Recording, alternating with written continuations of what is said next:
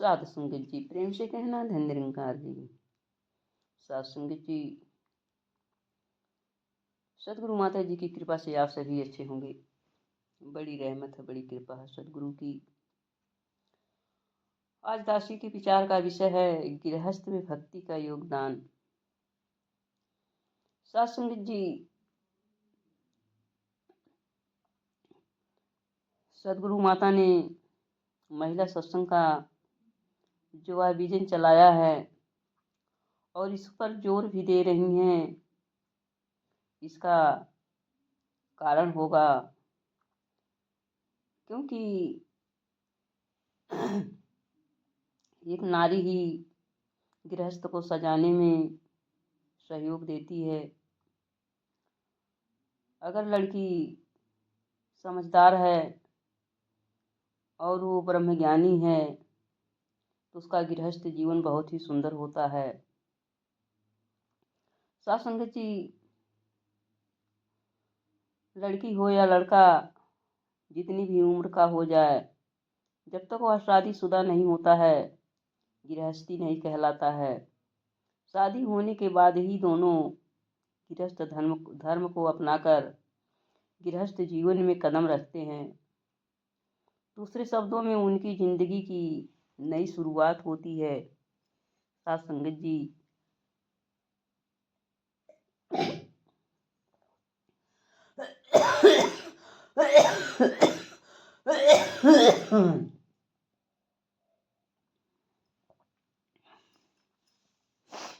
साथ संगत जी, यदि यहाँ पर सदगुरु की कृपा से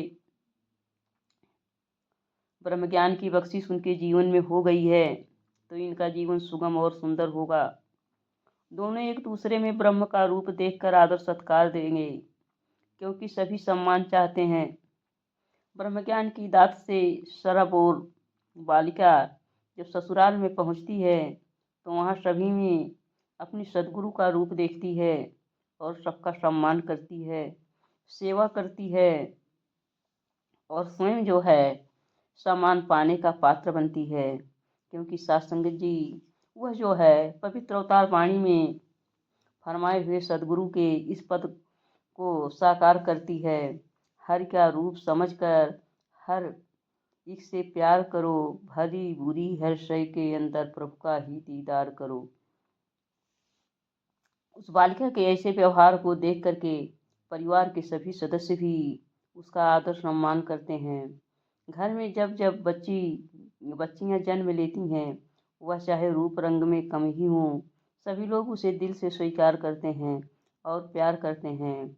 कोई माँ बाप ऐसे नहीं है कि उनका बच्चा रूप रंग में कमतर है तो उसकी अवहेलना करें। नहीं साथ संगत जी, वहीं जब हम बेटे की शादी के लिए हम लड़की तलाशते हैं तो वहाँ दिल का प्रयोग नहीं बल्कि दिमाग अर्थात बुद्धि का प्रयोग करने लगते हैं।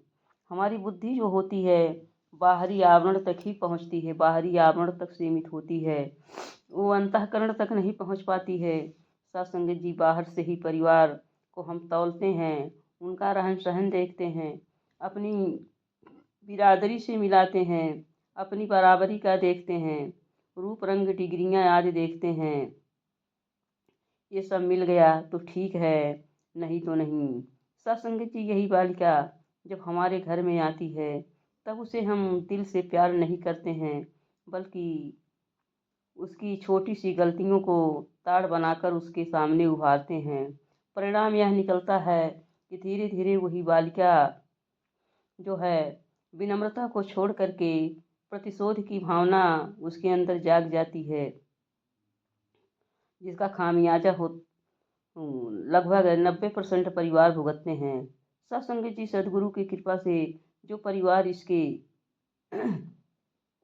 इनके दर से जुड़े हैं और जहाँ जो है सदगुरु का रूप ही सब में देखते हैं, वहाँ रिश्ता दिमाग से नहीं दिल से जुड़ता है। वहाँ सबका हृदय विशाल होता है। वो दूसरे के घर से आई हुई बालिका भी अपनी बेटी के समान लगती है। उसकी गलतियाँ जो है हम उसको ताड़ नहीं बनाते हैं बल्कि कहते हैं कि चलो बेटा ठीक है, कोई बात नहीं है, ये ठीक हो जाएगा, धीरे धीरे समझ जाओगी।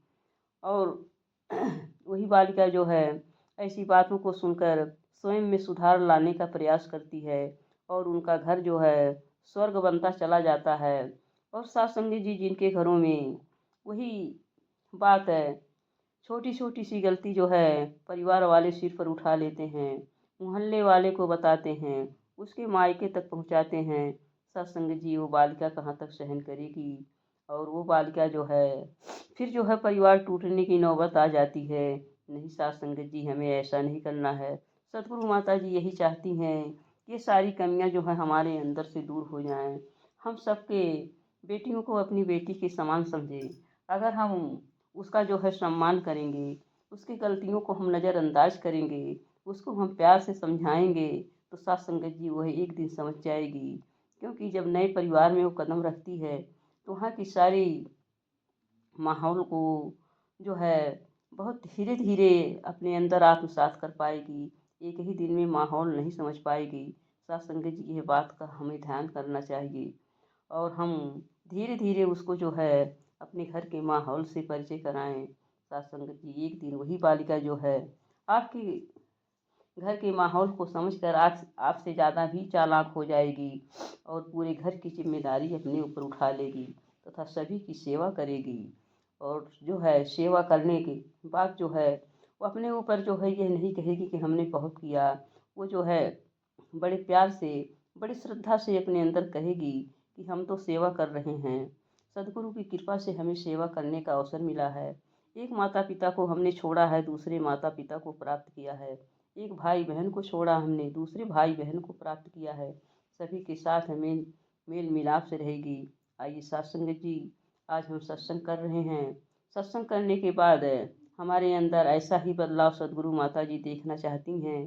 तो हम जो है अपने अंदर झांकें, क्या हमारे अंदर एक कमियां हैं। हम सत्संग करते हैं लेकिन घर में आते हैं तो अपनी बहू बेटियों में हम कमियां देखते हैं, उनकी बड़ाई कभी नहीं करते हैं। नहीं साथ संगत जी, हमें उनके छोटे छोटे कामों की बड़ाई करना है। उनको जो है आगे बढ़ने के लिए हौसला देना है। और जब हौसला देंगे साथ संगत जी तो खुश होंगी और स्वयं जो है आगे बढ़ने लगेंगी। जो काम आज खराब कर रही हैं वही काम आगे उनसे अच्छा होगा। तो इस तरह से वो परिवार जो है स्वर्ग बनता चला जाएगा और हर तरह से उनका गृहस्थ जीवन भी सुंदर होगा और आर्थिक स्थिति से भी आगे बढ़ते चले जाएंगे तथा वो बाहर भीतर से युग होंगे। आइए सत्संग जी, बहनों से अरदास है कि हम सब ऐसे ही अपने अंदर ढालने का प्रयास करें जिससे सदगुरु माता जी हमारी खुश हों। जब हमारी आदत बन जाएगी तो हम जो है भीतर बाहर एक से रहेंगे। सत्संग में ही हमारे अंदर विनम्रता नहीं रहेगी बल्कि घरों में भी रहेगी। और घर की विनम्रता जो होती है वो बाहर भी बनी रहती है। लेकिन सत्संग में अगर हम केवल विनम्र होंगे और घर में फिर अपना हम वही तांडव रूप धारण करेंगे तो सत्संग जी काम बनने वाला नहीं है। आइए सदगुरु माता जी से अरदास करें, हे सदगुरु माँ, जैसा आप चाहती हैं वैसा हम सभी का जीवन बन जाए तथा हम सहनशीलता और विनम्रता के पात्र बन जाएं। प्रेम से कहना था निरंकार जी।